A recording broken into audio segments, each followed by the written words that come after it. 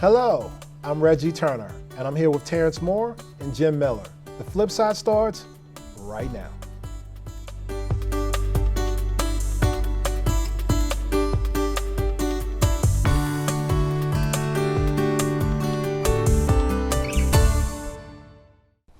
Welcome to the show.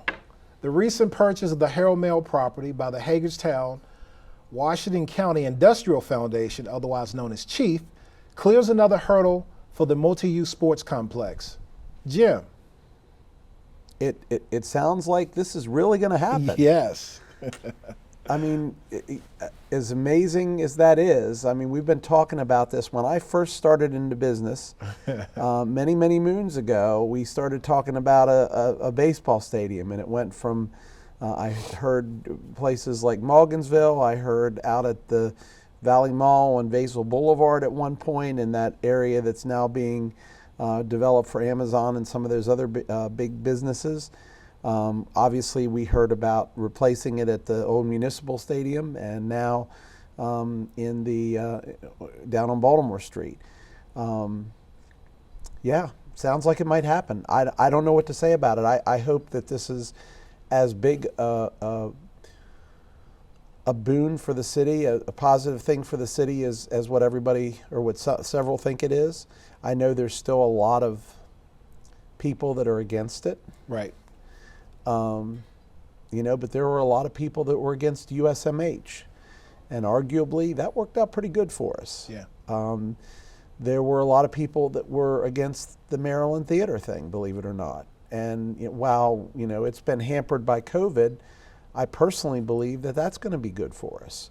So I think some of these big projects, as we try to revitalize our town, are going to be very important. And I think that if we start with the downtown and work our way out, that's also a very logical way to go. Yeah. Just my opinion. Well, obviously, the purchase of this building was the low-hanging fruit for them to be able to get that purchase done. It seems to me the next hurdle is the other properties that need to be purchased. What say you about that, Terrence? Well, part of, I believe the arrangement was the purchases couldn't happen until now. So the money had to be cleared right now. So I think it's going to really, escalate that, and accelerate. But it's a rough time to be buying property right now as well. I'm sure the millions would have went a longer way 2 or 3 years ago than they're going right now. So I hate to see that right now. And you can't go back and ask for a bonus when you just got such a large amount of money. Well, maybe you can, but it's going to be difficult. After seeing a substantial amount of money come out here to Western Maryland, was great. It's going to be used for a multi-use facility. It still has to break the stigma of a baseball stadium, and where baseball is kind of heading as well, and losing some of the teams. I know an independent team is going to be inside the multi-use facility, and as part of the independent league. So I think you're putting a lot of eggs in this basket for this community as well. I know with the renovation that happened at BISFA, the renovation, as you said, at the Maryland Theater, and this will be another large project downtown. It feels like you can't miss on this one, right? Well, and the other thing that I point to, you look at the investors that are purchasing the baseball team, right? Mm-hmm. Blackie Bowen, Don Bowman, James Holzapfel, Frank Bolton. I mean, they don't touch much that doesn't turn to gold. Let's face it. And they have, I think, the resources and the business savvy. If anybody can make it work, I think they can. It looks like, though, there's some hurdles before we get to that, right? So it was $10 million allocated from the state to purchase all the properties that need to be purchased. Right. Let's do a little math. We just spent 5, right? Yeah. So that would be, let me see. Right. So if you own one of those properties and there's only $5 million left in the bucket, aren't you going to be advocating to squeeze more out of it for your property? Oh yeah. And that's exactly what I'm saying. This is not the right time to be purchasing real estate. Yeah. And not only purchasing real estate, you know how much I have in my pocket. Right. It's been public news how much I received. So it's difficult, and I know there's going to be some negotiating. Greg Snook is great at the work he does as well. If you want to add another big name to this project of what he's done with Chief and some of the acquisitions and bringing some of the properties to the community. But and again, a lot of those individuals have made some huge contributions to this community.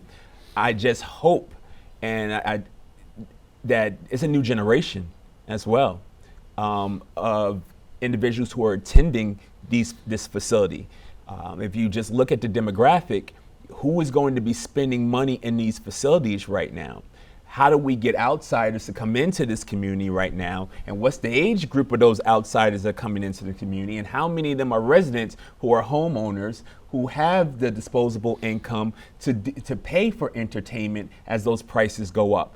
That's where my concern is. And I think, that's with some marketing, some strategy, and really, you say multi-use, but I like to hear more about the use outside of baseball. Yeah.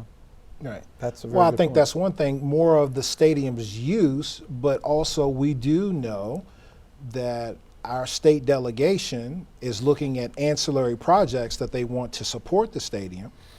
And the tea leaves are saying that there's some trouble in paradise there in regards to some of the anchor projects that they've been looking at to support that. So there's layers to things that need to happen, because just plopping the stadium down alone without housing businesses and foot traffic to support it, and I mean, let's be honest about downtown. I mean, you can be down there and it looks like there's a lot of zombies on the streets.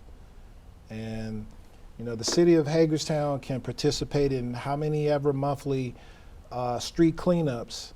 That's not going to make a dent in some of the issues down there that need to be addressed.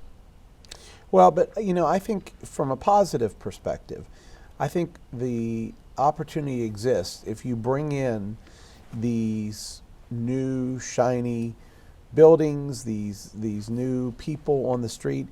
Some of that traffic is there because there's nothing else there to replace it. Yeah. And I think when you bring in the positive, maybe some of the negative decides to leave on their own, because most of these people want to live in a in a cave somewhere. Right. The people specifically that I think you're referring to. And I will tell you from a personal perspective, I don't personally find it problematic to walk downtown at night. I'll walk from the parking deck to, if I eat at the Schmunkelstube or 28 South or one of the other restaurants, or if I'm going to the Maryland Theater, though I haven't been there in a long while, unfortunately. I mean, I just don't find a problem. And I wonder at some level if the problem is more perceived than it is real. Absolutely. I born and raised in New York City. When they told me about the crime that was happening downtown, and when I finally walked downtown, completely night and day. Nowhere near what I was expecting when you said crime. Yeah. And if you even look at police records, the number of crimes that have happened to victims that don't know each other, where it's just senseless crimes, where there have been robberies on the streets, is almost null. Like, the biggest crime that happens more frequently is cars get broken in. Right. And I'm one of them, and my cars have been broken into, but I also left the door unlocked, and because you have that comfort there. So I really don't believe that crime as described by the community is more about perception. And we have a horrible ad campaign about the crime downtown, the opioids in our community. Everyone has crime, everyone has opioids. They're both huge issues that need attention, but they don't need marketed all the time, and especially in comparison to what we see across the country. We're trying to recruit. Yeah, this is not a local issue, the whole opioid No, thing. it's not. No. And I appreciate Emily Keller and others shining a spotlight on it, but you can't blame Hagerstown for this. Specifically, you can't do that. I agree, and those are the kind of things where we have to counteract that awareness with some good marketing as well, because awareness is necessary, absolutely, but not at the degree when it's the only thing out there. So if we're not counteracting it with some marketing, have come to our community. This is a great remote place to work. We have a new stadium. We have a new theater. We have a great arts school down at Wabispa. We have an airport. We have museums and parks and restaurants. Yes. And architecture. Yes, and architecture. Brian history. Poffenberger, that was on the show last week, described some of the architecture features in our community and downtown. I mean, we have some amazing things, and people that are coming in from outside of our town look at that, see that. They see the Colonial Theater. They see some of the other buildings, or well, it's not Colonial Theater anymore. It's the church, No, it's not Lifehouse. It's one of the churches downtown, or it's the church downtown. But I'm going to give you some pushback though, because I was on my Google machine. Here we go.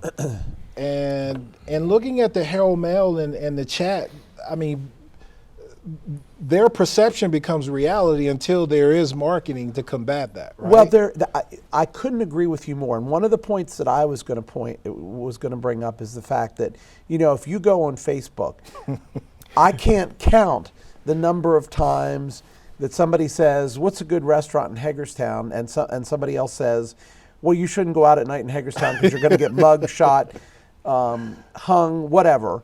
And it's just simply not true. It is just simply not true. Perception is reality. Yes. And yes, we need to fight that. But you can't fight people that are, forgive the term, stuck on stupid on Facebook. Yep. And I want to also go back to building the stadium can also bring in an element. It doesn't. Yeah. You have to do it in parallel. You have to build up the community around the stadium at the same time. Yes. Because you also attract panhandlers when you bring in large amount of people. Because I can tell you, every football, baseball, basketball stadium, or arena that I've known in some big cities, that's where panhandlers come. Well, look where they are now. They're on Vasel Boulevard at the highest traffic area in Washington County, probably. Exactly. And that's where they stand. So I believe there has to be some parallel development with some projects and restaurants and other things to do to keep the foot traffic going, to bring in the revenue. This has been a great opportunity to bring in some more tax dollars to pay for some of the police officers that we may need to be more downtown centric at this time as well, because that's how we pay for our law enforcement, right? So you would like to see a better cooperation around the city and county around this multi-use stadium, because this is going to have to go hand in hand at some point in time. So if we really want to see the stadium work, it has to be a rising tide lifting all ships. We have to see more people coming into the community. We have to see businesses invest at the same time. And we have to see our city and county put some skin in the game to also help and make sure that that infrastructure is strong enough for it to sustain. Yeah. And I think the city in particular has put skin in the game. I disagree with some of the skin that they've chosen to put in the game, but I think they've been diligent in trying to find solutions to this. But I think the solution is you let the free market take over, and you put in the big projects that are going to draw the big names, and look at Williamsport with the whole. We talked to the mayor of Williamsport, and look at the development that's going on. And again, it's a much smaller footprint, so there's not a comparison there. But I think we're going to reach a level where the business owners, both in town and out of town, are going to say, "Hey, wait a minute, Hagerstown, the city of Hagerstown is an opportunity. It's not this and that and the other thing." And then we're going to compound the marketing effort, because we're not only going to have the city touting, and I think they could do more, to your point, of touting the great things in our city, but we're going to have these businesses say, "Come see me. Come eat at the Schmunkelstube. Come eat at 28 South. Come eat at..." But the other element, though, the city and the county really needs to get in line with our delegation so that some things are done in Annapolis to get funds here. Because from what I'm hearing, opportunities are getting squandered. And I think that there needs to be better cooperation between them so that the citizens can win. That makes sense. And the other thing that I think, how many of the buildings downtown, how much of the prime real estate downtown is taken up by government properties? And is that the best and highest use of that property? Maybe it is. I'm not an expert on that. I can't speak to it. But I think as this transition occurs, I think we're going to have to rethink that as part of the process. The old Home Federal building, the old Montgomery Ward's building, all of the different buildings downtown that are currently just wall-to-wall government employees. Does that make sense?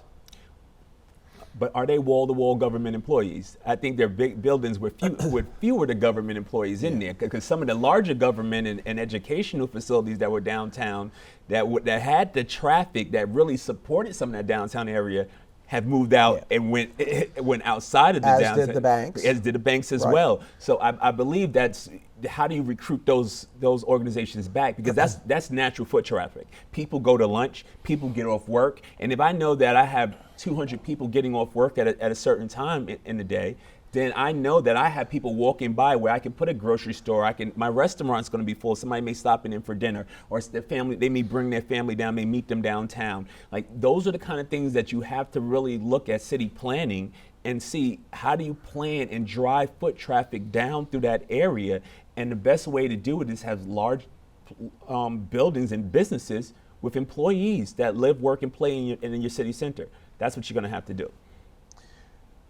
It's going to be, there's a lot to happen yet. And Yes. I think if you look at some of the things that we've done over the last several years, there's a lot of great things. And I think some of our core business people, specifically the Don Bowmans of the world, have put their money where their mouth is in terms of investing in this community. And I hope that they are getting the return on investment that they deserve, because they did take a chance. They took a risk, and they deserve everything that they get. And if everything aligns, this is going to be a tremendous legacy that they'll leave Oh, it absolutely will. to the community. And I say this too, because we talked about the city, we talked about the county, the business owners, the investor. The community has to come behind this. Get over it. It's coming. It's Right. here. Make the best of it. Make the best of it. Let's rally together and make the best of it, because no one can afford to see this fail. So stop all the negative marketing on social media and come up with ideas and suggestions of how we as a community can get behind this and help people make it work. And we can't be so combative. Yes, we should be holding accountable our government and those that we elect. Absolutely. Yes, we should be questioning and making sure that there's some kind of integrity in those funding these projects. Absolutely. But we can't stand on the side of criticism all the time and not support them. And it looks like the Stadium Authority is going to be hosting a networking event on the 19th I saw that. at the Herald Mail. So there's an opportunity for some citizens to Yeah. kind of get out there. But in looking at this, we were talking about that $5 million. That $5 million is going between three entities, right? You have the county building, Right. 80 West Baltimore. right? You have the auto spa, Right. which 32 West has already Baltimore. identified a new location. They have, yes. But Okay. they can't close without, they have a subscriptions-based service. So they have to be open at the same time. Right. So they So have they have to do development in the new, finish development in the new facility before they can. Right. And then the other one is, I guess, the coin op- operator, Yeah, the laundry. Yeah, which I'm sure is important for some of those folks downtown. And Absolutely. Which is a cash business as well. It is. Yes. But he's probably going to make he or she is probably going to make a lot of cash out of selling that Right. arguably not so great building. There you go. So my question is, what happens if the $5 million's not enough? Well, that's a good question. I mean, you got to think that, so certainly take Baltimore Street out of the equation, or 80 West Baltimore Street out of the equation, the county building. Let's take that out. I mean, I don't know what the plans are there, but you would think if there's some money games, I don't want to call them games because that it suggests something nefarious, and I don't think it's nefarious. If there are some things to be done to make the balance sheet work, that might be a prime target. And that certainly is the second highest value property, in my view, of the four that we're looking at. First highest property is obviously the Herald Mill building. Yeah. Second would be 80 West Baltimore Street. Arguably, third would be the Auto Spa and Lube Center. And fourth would be D&P coin-operated laundry. All Yeah. due respect to that business owner. I mean, just from a square footage perspective. Right. So $5 million is a fair amount of money if you look at it across those property properties. I was actually involved. In a vacuum, $5 million is a lot of money, but when you know that that's Well, what, it's not just in a vacuum because an assessment was made prior to COVID. So Yeah. going into this, the ask was there specifically knowing based on property values at the based time. on property values at the time.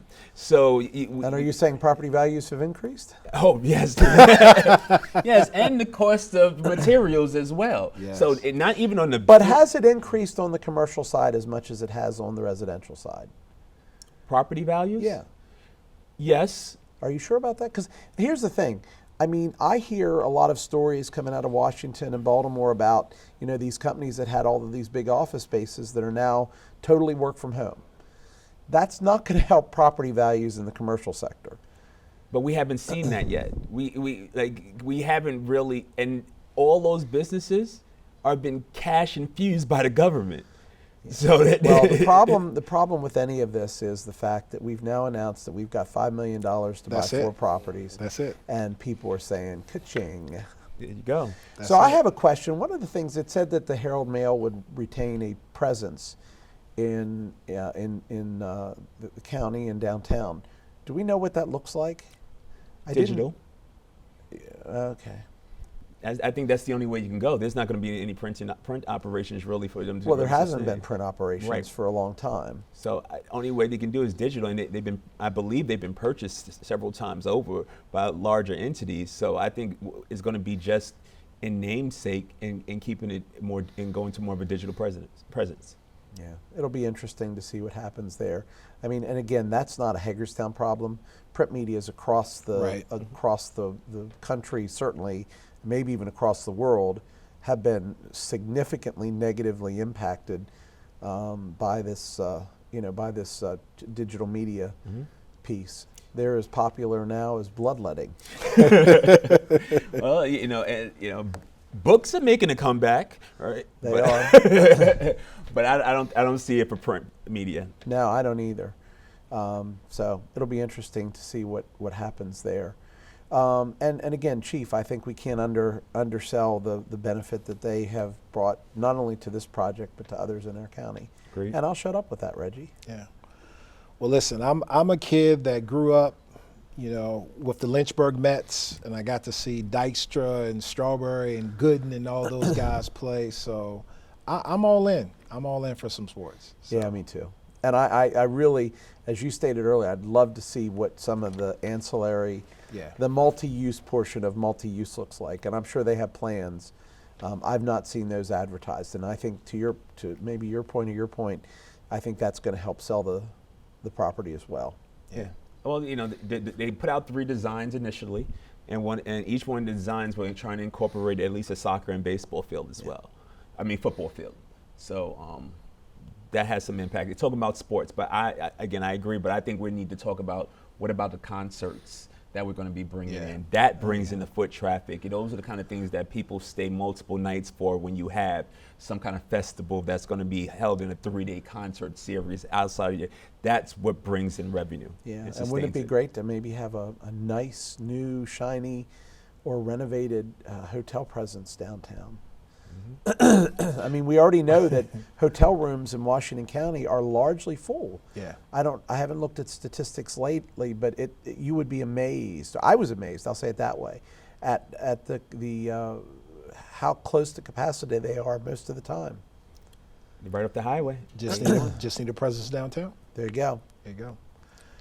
All right, next up, the national debt crisis has garnered a lot of attention in the news, but fewer reporting on municipalities that are facing default. We'll discuss that after the break. Welcome back. Municipal bond defaults have been on a steady climb since 2018. Jim, what say you? Yeah, so I think this is an underreported fact in our economy these days, and I don't want to be the doomsday guy. I don't want to be what was the character Eeyore on Winnie the Pooh. But the reality is, and I've said this 100 times, so I could just play the tape back instead of saying this live. But the reality is, we have been in an expanding economy for a long period of time. The economy is now and always has been cyclical. At some point it's going to turn around. We've got this housing bubble. We've got these unsustainable influxes of cash from the federal government into the system. We've got all of this stuff going on as a result of COVID, and I'm not suggesting it wasn't a good idea, but the fact of the matter is that's going to dry up at some point, and when it does, then what? And we've got, these municipal bonds are, I think, perhaps an early indicator of things to come, as well as, I might say, inflation that we have seen, and other things in our market. And I don't know how that's going to all end up, but I can tell you that at some point we're going to have to start being more real. If a business operated the way our federal government did, they wouldn't be in business long. Yeah. Well, let me just ask this: what is a municipal bond? A municipal bond is a tax-free bond. Right. Which means that the bondholder does not, is that what you call the person that purchases the bond, the bondholder? Sure. Does not pay taxes Right. on the income from it. Okay. On the income from it. Jim, I'm going to say, Grandma, please don't worry too much about your bonds. I think you're going to be fine, and you're still going to get your income from your bonds. In reading this article and being on my Google machine in the office today when we knew the topics we were going to talk about, I did a little homework. But many of these bonds that are defaulting were junk bonds, right? And they were in high-risk industries. So, for instance, I looked up today a McClellan assisted living facility defaulted on a $7 million bond. But these are all COVID-related issues, right, in regards to them. And that default was that they couldn't make a payment. That doesn't mean that the bond has defaulted where It's gonna be investors are worth going to lose zero. their Right. principal. They could make a payment. So payments may be suspended. Yeah. It's you paying your mortgage late. Yes, yes. High quality bonds are still fine. But obviously, as we work through COVID in some of these higher risk industries, there's going to be some washout there. So investors that have been chasing the yield of the high yield bonds, they'll suffer, a few headaches as we kind of maneuver through this market. But those that are buying, investment grade bonds are still in good shape. So they talked a lot about industrial development bonds as a big problem, or one of the areas that was hard hit. What do we know about them? Well, if you look at some of the industries in regards to that were encompassing that, and I'm not looking directly at it, but many of them are the hardest hit by COVID. Okay. But also the federal government has kind of buoyed the market because of all the money they've flooded into the states, right? And if you're looking at state bonds, especially those that are based off of our tax dollars that are supporting that, those bonds are going to be fine. And this kind of also, because we shut everything down last year, we kind of stockpiled everything up against each other, where it's hitting a lot harder, right? So I think some of this stuff would have trickled down. The house always wins, right? Sooner or later. But we shut the casino down, and now all of a sudden everything that is kind of shoveled and snowplowed, and we're seeing it seems a lot more dramatic. Is that a good assumption of what's going on with these? Yeah.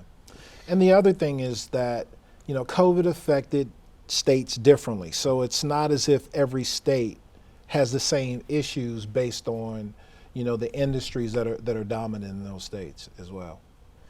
So the other point that I read that I found interesting is one of the concerns is the fact that there's been what they call a lack of material progress in restructuring or resolving these issues. Yeah.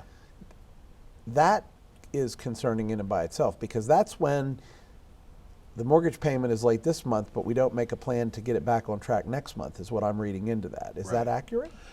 Yeah, but all of these states are now flush with cash. For the moment. for the moment, right? So obviously that should be a part of talks in regards to how monies are going to be allocated to buoy up these markets and these entities. So, Governor Hogan is going to have to spend all of that excess fixing the bond market in Maryland? I don't see that as a Maryland issue. Okay. I mean, Maryland is one of the higher rated states. So anybody worried about the stadium authority bonds are going to be fine. Okay. I saw some stadium authority bonds being issued today, about Nice. $285 million worth. So I think we're okay there. And they clearly say that any state, local government, and any secured by tax revenues, and even those issued by Puerto Rico, are not Right, they're not included. they're not included. They're not included. So how do we, the other thing that they brought up is the Federal Reserve and the likelihood of them tightening monetary policy. In other words, Yeah. making credit more restrictive. I mean, how long have we been in an era where 2 or 3 or 4% mortgages, I mean 4 is actually high at this point. Right. How does that impact this bond market? Well, it's going to put the squeeze on some of these lower rated municipality projects in regards to being able to access the credit markets. And there may be need to be some restructuring. Obviously, there needs to be restructuring of some of this debt going forward. So there's going to be some pain, but to think that this is going to be the trigger that's going to send the total economy in a downturn, I haven't seen any economists that feel that way. Okay, interesting. All right. All right. Well, next up, Fast Five. Stay with us. Welcome back. Welcome to Fast Five. First topic, J.P. Morgan's Jeremy Diamond says that supply chain hiccups will soon ease. What say you, Terrence? I like to look in that crystal ball because I don't see it. I think it's very difficult right now, especially since we are huge importers. And a lot of the countries that we're importing from and these supply chains are in countries that can't get vaccines, that are still shutting down. I think we're going to see this around for a longer time, which is going to also make some of these pricing issues that we have stick, because people are going to get used to paying some of these prices. So I don't see it. I hope it's true. I hope it's true. It's necessary to be true for us to move forward. But and as many workarounds as you think, quality goes down as prices are going up. So I'm wishing for the best. And Jamie Dimon, don't get me wrong, he's made some claims and he's been right a lot, but he's also been wrong before. Yeah. So. And Jamie, if you're watching the show, I apologize for calling you Jeremy, so I apologize for that. You know, the other thing I saw in this article, Jim, is that consumer prices are up 20% since before the pandemic. Yeah, and I think that's, you know, as with every inflationary period, it hits some areas higher than others. Yeah. I mean, fuel is up, what? More than probably double that. Yeah. Right?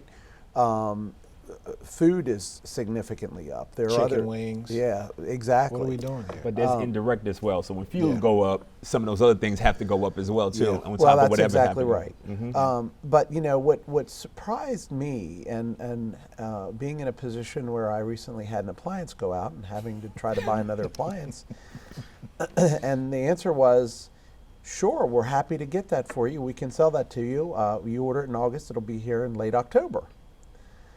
I mean, that just completely makes no sense to me. And the microchips and all of that, you know, clearly we're not through the first part of this pandemic, and we're now looking at a resurgence of COVID, and we don't know what that's going to impact in terms of the supply chain.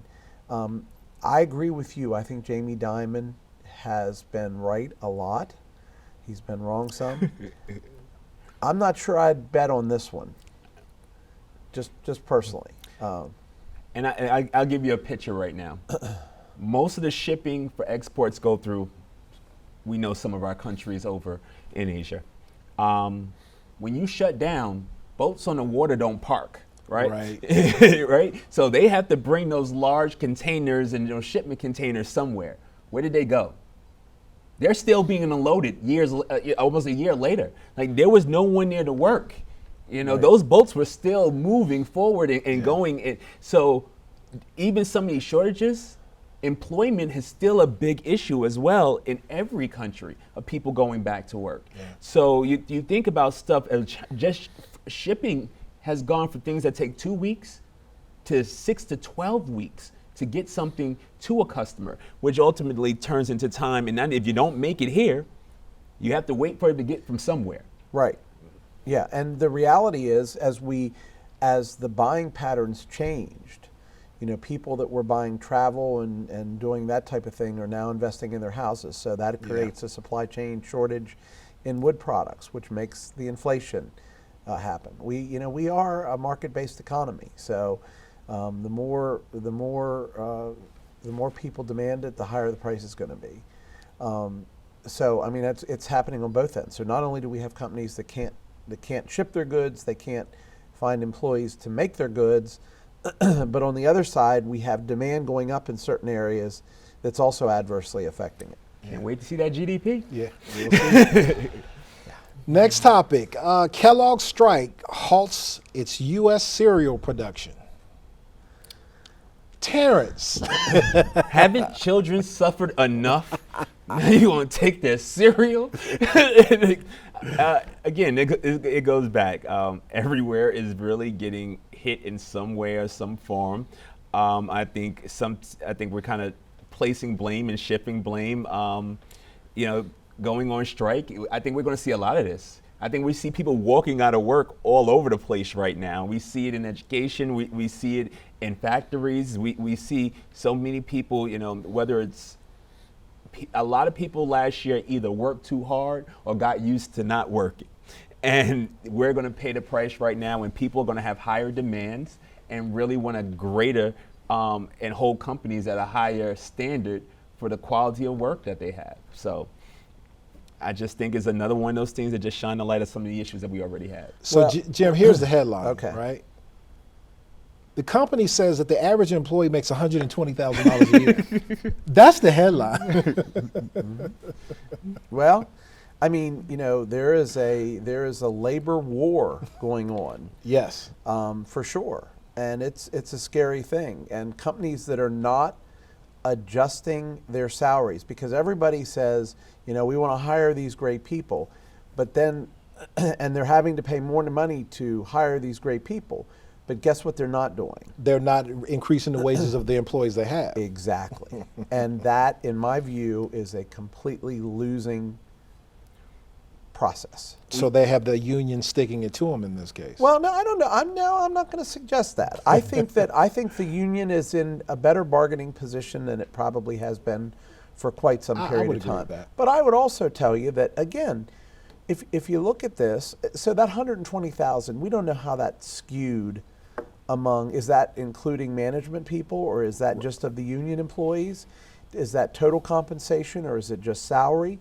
Are there bonuses? Because a lot of companies now are giving performance bonuses or bonuses based on the performance of the the profitability of the company. So there's a lot that can go into that, and I didn't see that level of granularity in this article. Right. But again, from my perspective, I think that there is no better time to bargain. If you want to get a raise, now's the time to go for it. A raise or a new job is A raise or a new job. I just want to point out, too, that Anthony Shelton is the president of the Bakery, Confectionery, Tobacco Workers, and Grain Millers International Union. Say that 3 times. Those are some industries that just don't seem all to go together. Like, which one doesn't belong, right? So it's interesting. Yeah, there's a lot going on there, and it'll be interesting to see how this plays out. I don't think, given the supply chain issues that we just talked about, especially in the food sector, I don't think it's a good time for us to be hearing about a strike. So I think that adds to the pressure that's going to be on management to meet some of the concessions. Unions, as we know, have lost a lot of power over the last however many years. Yeah. Will they ever get those back? I don't know. No. I don't know. I mean, I think it's like anything else. I think that had the had the print media industry, for example, we talked about them earlier, had they changed their business model and come up to speed, I think they might have been fine. I think Herald Mail was starting to try to do that. It was just too late, too little too late. Yeah. I think the unions have that same opportunity. I just think that government has taken a lot of the purpose of unions away by some of the regulatory things they put in place. And we have a new society of people that don't like to pay dues. No. This new generation don't pay into dues. Well, and they especially if they're paying dues. And again, you know, the unions are largely Democratic, right? And that's fine. And we have a great deal of population that are Democratic in our country. But guess what? If you take the independents plus the Republican, you have a greater, you know, and the independents may vote with the Democrats and may vote with the Republicans, but they're in that group of people that probably don't like to pay dues. I agree. Yeah. So it's going to be interesting to see. The other thing that I found interesting, and I absolutely agree with this, you know, we don't care if our car's built in China and our textiles are built somewhere else.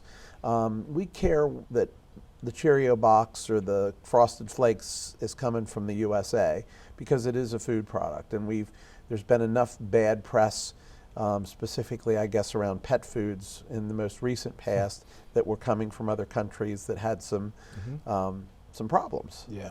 And we're in a place where we have an international crisis right now.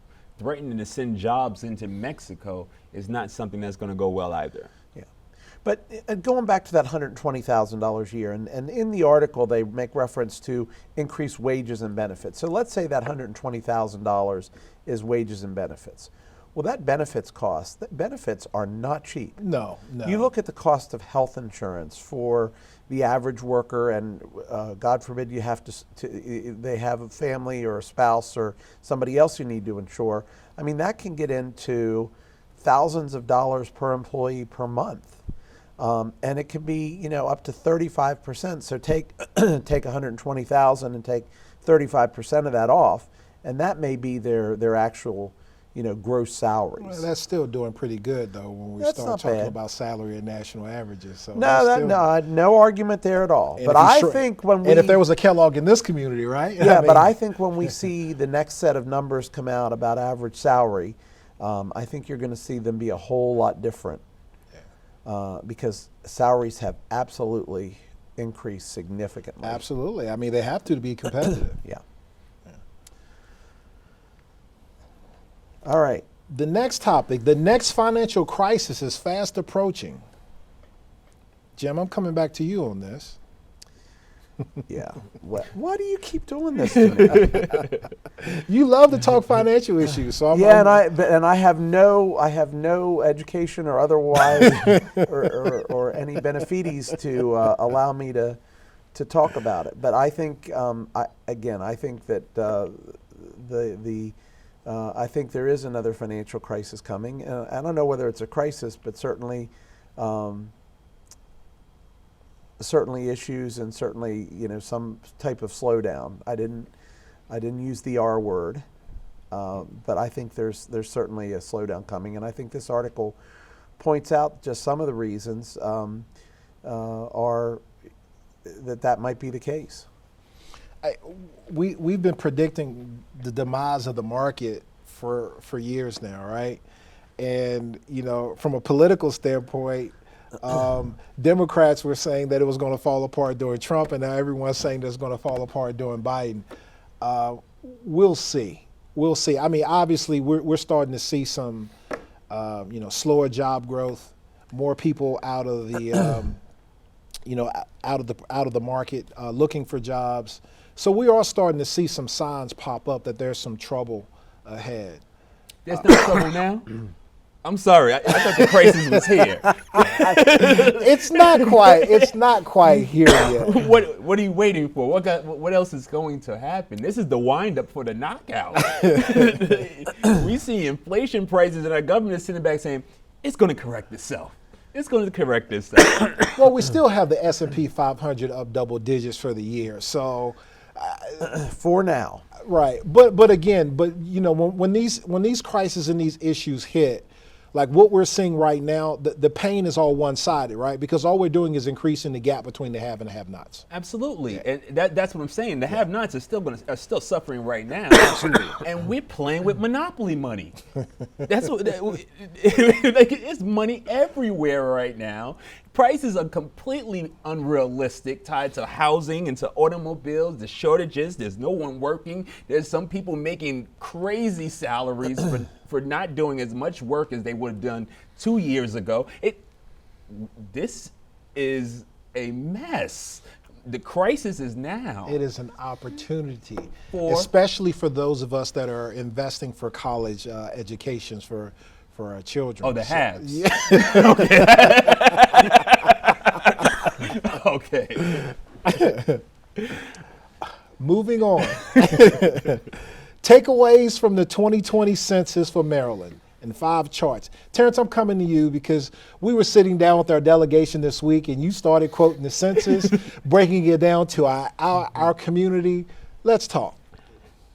If anybody has seen me, I've had a problem with the census from day one. I think we need a do-over, right? I really don't believe that the data that we got from the census is accurate. We were in the midst of a pandemic. We stopped collecting census data a month or so early here in the state of Maryland. We didn't get favorable response rates. And at the same time, we were doing a mail-in ballot for the highest office in our country, and it was disputes and fighting going along that. Right. Not a great time to collect valuable data like census data, which for some reason we still haven't interjected a lot more technology into it, which we should be doing as well. We're still going door to door and knocking in some cases, and things that we couldn't do, during COVID. So you can't tell me the data is accurate enough to make the choices that we're making for communities right now. And I keep pointing out, one of the first things when I looked at the numbers, even right here in this community, said we had 5.8% of Hispanic individuals in this community. That's impossible. It's impossible. Like, we should have seen that number and said, this something's wrong. Something's not right. It's no reason, those numbers, and you look at those numbers and they show our growth, absolutely. But we're going to make some bad decisions because of bad data. Right. And people's lives are going to be impacted because of it. So, again, not even just going into this, I'm talking about where we are locally right now. I think we have to really do a self-assessment and really make some decisions knowing that this data is not accurate. And I really think I think the federal government needs to have a push to not let this last for another 10 years. I say 5 years, we do it again. And even with the boom that we're having in our population, 10 years, I think is also too large of a gap anyway. So I believe we should go back, we should reduce it to 5 years, especially in lieu of what happened last year during COVID. So I'll get off my soapbox about that one. I think the thing that we're seeing is, what it's been predicted that we will see is kind of the browning of America, right? I mean, even though you may not agree with the numbers, the trend is what we're seeing is Hispanic residents grew in every county in the state, right? You're seeing more and more people identify as more than one race. So we're seeing these shifts that are happening throughout our state, which in miniature is what's happening around our nation. Yeah, and why is that? Why is that shift? Why are people identifying as more than one race? Did we all go out and get 23andMe and say, "Wow, I'm 48% X, and only 12% Y and 10% Z, so I'm going to identify as X"? Maybe it's possible to be a minority. Well, we've opened up the check boxes in every demographic period as well. Right. We look at how people relate, as far as gender has changed. There's not just 2 boxes anymore. Yeah. So I just think that people are taking have more options. Like, I'm telling you, I remember looking at those demographics years ago, and it was 3 or 4 choices that you fit in one of them. Now you're opening them up, and you're really taking into account a lot of people who are recognizing and also learning about their history. So we're going to blame Ancestry.com. I'm not possibly. Right? But the point that this article makes is that they're saying that less than half of Marylanders are identify as Caucasian as well. Right.